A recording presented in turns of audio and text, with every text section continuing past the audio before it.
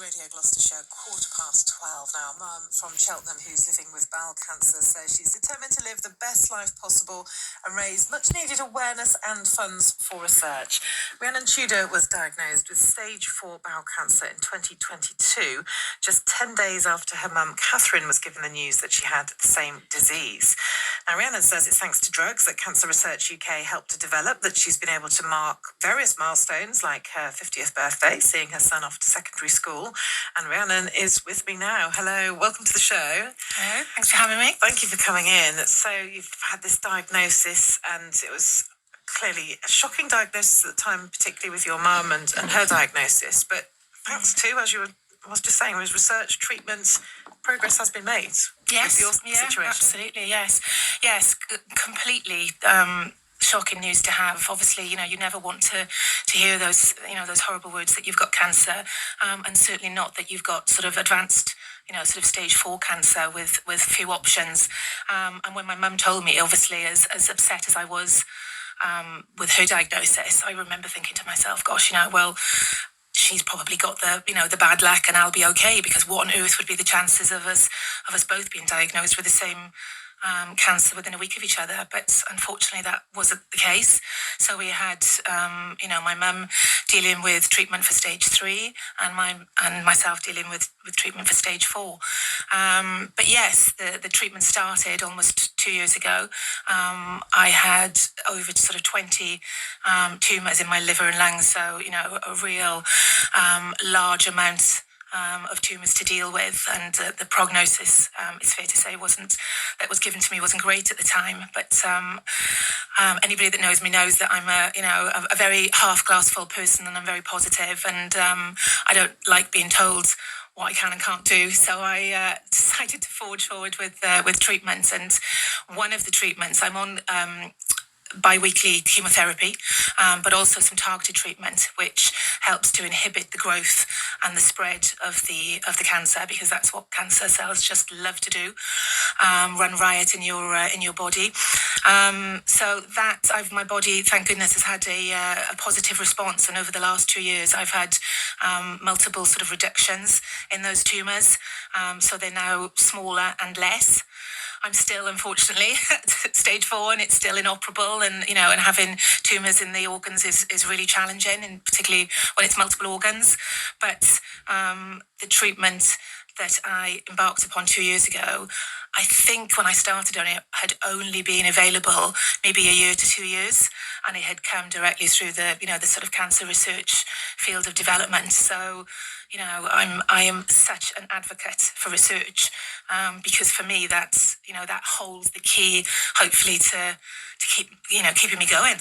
Well, yeah, I mean, thinking back 10, 20 years, I guess treatments that people are receiving now weren't available back then. It's always forging forward, isn't it, the research and the treatments? How does it feel every time, I guess, you go for a lot of appointments to try and find out whether it's working, whether the tumours are shrinking? I mean, every time you must be on knife edge. The physical part of cancer is tremendously hard, and it really is. It does take its toll on you, without a doubt.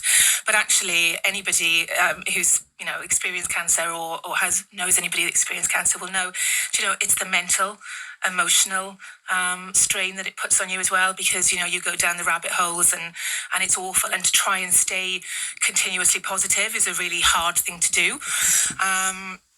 And yes, I think they call it in the sort of cancer community, they call it scanxiety when you get your scan. Yeah. So I had my latest 3-monthly scan last Friday, and now I have to sort of just wait for a few weeks, knowing that there's a report out there somewhere, sort of revealing my fate, of whether things have stayed stable, or whether they've got better, or God forbid, whether that things have got worse. So yeah, it's a continuous sort of roller coaster of emotions, trying to stay positive. But I am a really, really strong advocate of positivity. I really genuinely do believe that having a positive mindset has a really strong effect, and a physiological effect on your brain, and your body has a response thereafter. So thinking that you can that you can fight it, and you can get through it, I think the body responds to that.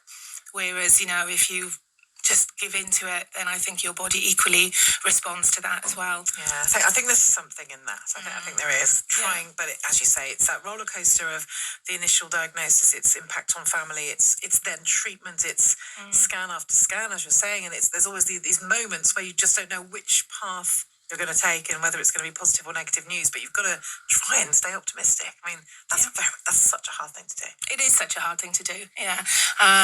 And I go through, like I said, I hit road bumps every now and again, and it's usually the middle of the night, you wake up and those rabbit holes appear and you start thinking about, your children and things that you might miss out on, and you have to really quickly get yourself out of that, because if you stay down that rabbit hole too long, it can really sort of grab hold of you and hold you hostage for long periods. And I don't want to spend any time that I have, feeling that way. So, yeah, it's just, for me,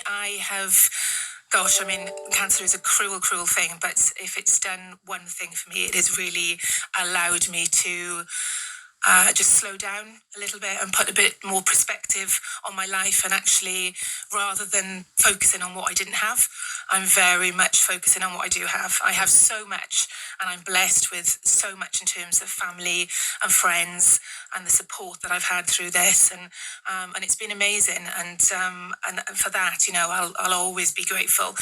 And they always say, you realize who your support network and your friendship structure is when things happen. And boy, did I realize that very quickly. So yeah, it's a really important thing to do to just keep on track, I think, and to keep going. But yeah, sometimes I think cancer is just a full-time job now. I have blood appointments, then I have reviews, and then I have the chemo sessions, and then I have the scans, and it's just ongoing. It's part of my life now. It's part of my new norm. It's what it is, isn't it? Yeah, you have to adapt somehow. Yeah, my kids are like, you've got chemo today, ma'am. Yeah, and they're off, and they'll say at the end of the day, how was your chemo? And it's as normal as saying how was you talk about. Yeah. It's just part of our life now. Yeah, and you're talking about the positivity, and somebody who remained very positive was someone who called herself Bowel Babe. This is Deborah James, isn't it? We were just trying to work it out, and she died in 2022, didn't she? It was sort of the end of the summer or during the summer. It was only a few months after my diagnosis, so it was June. So I was diagnosed literally this week, 2 years ago, in April 2022. And yes, I think it was my sister actually that said, "Oh, why don't you follow this Bowel Babe Instagram account, because she's sort of living proof of somebody who's very much like you. She's got young children. She's sociable, vivacious. She's just getting on with it, and she's campaigning, and she's just a really positive influence." And I listened to her podcast, You, Me, and the Big C, and I found that really useful. And I was so new to cancer. I think we all perhaps don't realise how little we know about it. We all know the basics, but unless we're close to it, we know so little. So I was sort of learning, through her podcast, but also just following her positivity. But sadly, she sort of turned from, sort of me thinking, oh gosh, that yes, that's somebody I want to emulate, to, a month or so later, sadly, sort of announcing on her Instagram that she was off active treatment and that there was no more that could be done for her. So, yeah, and then obviously we all know what followed in terms of the fundraising.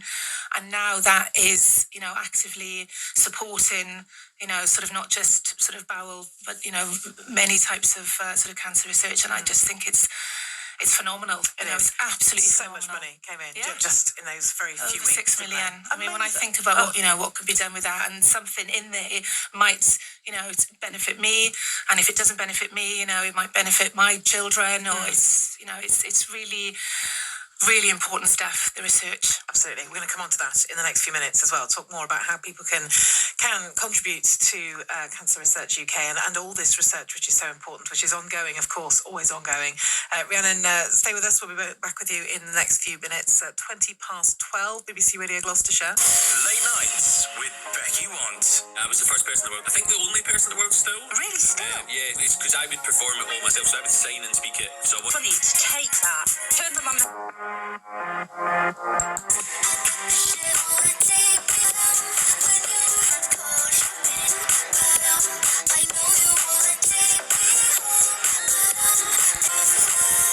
To come, Sister Sledge. Sledge as well. And we're going to be hearing about the anniversary of Horrible Histories, which is a brilliant programme. And you do learn a lot. It's for children, but as an adult, you can learn a lot from it. In the studio, we're with Rhiannon Tudor from Cheltenham, and she's been talking about, just trying to stay positive and optimistic, and also how important it is for research into cancer, because, as you were saying, Rhiannon, treatment that you've had now may not have been possible going back a few years. It's all about the money coming in. Balbabe, we talked about the millions of pounds that Deborah James garnered just from raising awareness.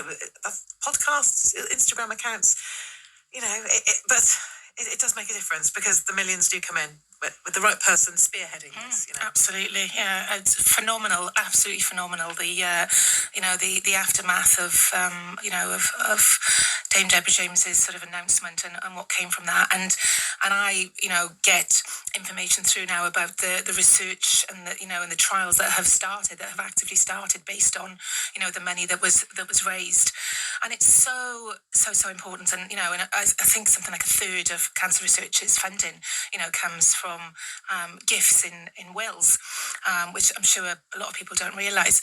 But I think for me, what's so important is I think people think about the conventionality of sort of cancer treatment, and there's still, even though there's been so many developments over the last sort of few decades, the immunotherapy and the targeted treatments for me are all they're the way forward, because they're the sort of gentler, less brutal kind of approach to they target the cancer cells, rather than just like the chemo that just literally attacks your cancer cells, but actually attacks every other cell in your body, and and it makes you it affects so many areas, and it's really, really hard going and really punishing on your body, and I think the three main treatments are still sadly they're what they call sort of poison, which is the chemotherapy, it's burn, which is the radiotherapy, or it's cut, which is surgery. And I genuinely think that in decades to come, people will look back on those three forms of treatment and they will be astonished of the kind of brutality of it. I agree, actually. I think, yes, we'll get to a point at some point. We did what to people? You burned people, you poisoned people, you cut them out.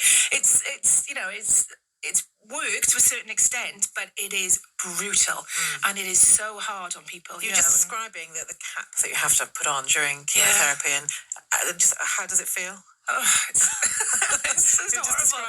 I can only explain it as sort of having the worst sort of ice cream headache for about 4 hours continuously. It's I had made the decision that I didn't want to lose my hair, really just for my sort of autonomy thing. I wanted to be able to walk into any sort of situation and not necessarily be targeted as a cancer patient and be sort of pitied. If it was my story to tell, then I wanted to be in charge of who and when I told it. But yes, I made the decision to do that. But it's like a horrible sort of, anybody that knows rugby, think about the rugby scrum sort of hats that they have to put on, and then this machine sort of just freezes your head to obviously try and protect the roots of your hair, so that when the chemo goes in, it doesn't attack the hair shafts and you lose it. And it's kind of 50-50 anyway, so it's not guaranteed. I think the fact that I had very sort of thick hair before has helped me retain my hair. But it's just brutal. It's just horrible. They're yanking it on, and and you're getting needles everywhere, and then you feel pretty rough from the sort of chemo. And I'm very lucky I don't have too bad a response from it, but I know some people that really do. So I think those three traditional forms of treatment, whilst they've certainly been effective, the immunotherapy and the targeted treatment, it's those treatments, I think, and the research that goes into those that I think is the way forward. Looking at how we can perhaps just really focus on the cancer rather than just blasting, your body into obliteration almost. So. And I guess for me as well, the conventional treatment and surgery, and then hopefully, no disease, that's not an option that's kind of open to me. So research for me is even more vital. Yeah, and that's why you're banging the drum on for banging the research, funding. It holds the key. And I was saying to you just before we came on air that we've talked a lot about wills in the last few months. Where it feels like, just reminding people that, don't put it off, you should go and do it. And it's leaving money to charities like Cancer Research UK and what a difference that can make for charities that are close to people's hearts. And I think for cancer, everybody knows somebody. Everybody does. Don't say that sort of thing presuming. It's true. Everybody knows. Somebody knows. I think it would be hard to be untouched now, wouldn't it, with the statistics as they are. I think everybody has, friends, family, or, some connection with it. And I think from a will perspective, I think for me, it's important to communicate that it's not about, transferring the money that you were going to give to your loved ones, because we all want to use our wills for sort of providing for our loved ones and etc. So it's not about necessarily leaving huge sums or properties or anything like that. It's just when you're coming to put that will together that you think about potentially leaving anything, £50, £100, to cancer research, because you can pretty much guarantee, I think, that, that will become part of a funding that will benefit your future, children, grandchildren, friends, etc. It's without a doubt the sort of way forward, and the research is where it's at. So to be able to leave a gift, I think, in your will, no matter how small it is, and you think about all those people that, Deborah James just asked people to buy her a drink, didn't they? Yes, to stick a fiver in, and that ended up being over 6 million. Yeah. So don't underestimate, the power of what you can do and how you can contribute, and to the research. Yeah, it's a very important message, and it's particularly we want in decades to come to look back, and it's that thought of we were doing what to people. Yeah, have we got anything better now? And let's hope that in decades to come we would be horrified as to what was happening. And try and imagine a world where people get told that they have cancer, because it will always be potentially, but that they don't fear that is the end of their life. There's a way through it, and even if it means living with cancer, then they can still potentially have a sort of a long and relatively good quality of life. That for me is just because the amount of families that have been ripped apart by it's so cruel. It's such a cruel disease, and I have to not dwell on it for too long in terms of how it affects my my husband and my children, etc., because it is what it is, and I need to keep moving forward, and part of that for me is trying to help raise as much money as I can to keep that research coming. And exactly, and who knows, the whole county will be wishing you well. I'm sure, having heard you and met you today, everybody's wishing you well with all the treatment to come and the next results to come, and every stage as you go through the treatment. But lovely to meet you. Thank you very much for coming in today and sharing your story with us. Thanks for having me. Rhiannon from Cheltenham there, and of course you can find out more at cancerresearchuk.org for more information.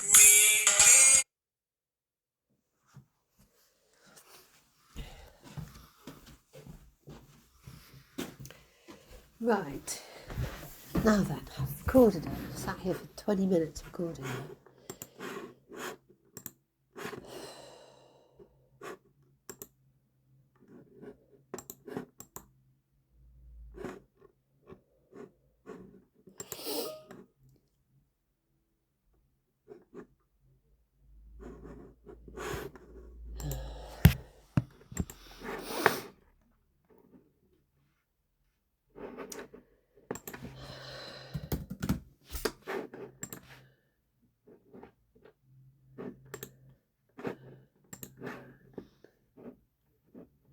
Oh, Iris.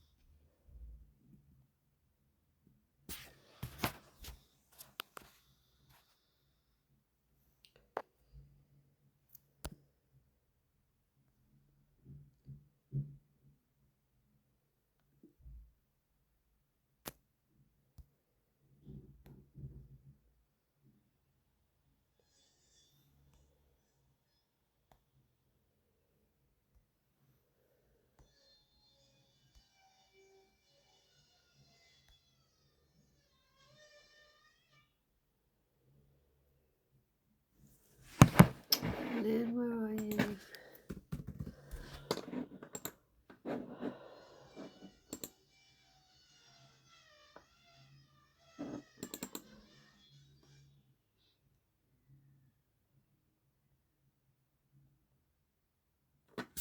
Then upload to YouTube.